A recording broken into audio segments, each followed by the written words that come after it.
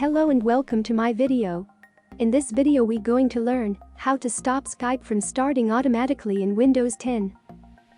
If you don't want Skype to start automatically when you log into Windows, you can disable Skype on startup using two methods. Next time you have to manually open the Skype to get the messages and calls. Once Skype is opened, it will remain in the background for upcoming notifications. Let's start. Method 1. Click on three dots button. Select Settings.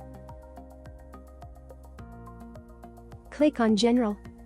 Toggle Automatically Start Skype button to stop Skype from starting automatically in Windows 10.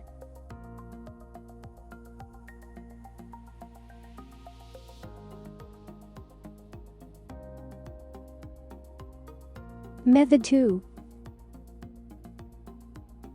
Go to Start menu button and then search Settings. Once you get the settings in the search result, click to open.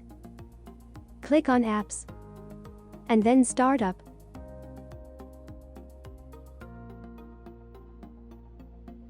Find Skype and toggle Skype button to stop Skype from starting automatically in Windows 10. That's all for now. Keep watching our videos for more tips and tricks. Please subscribe and like our video.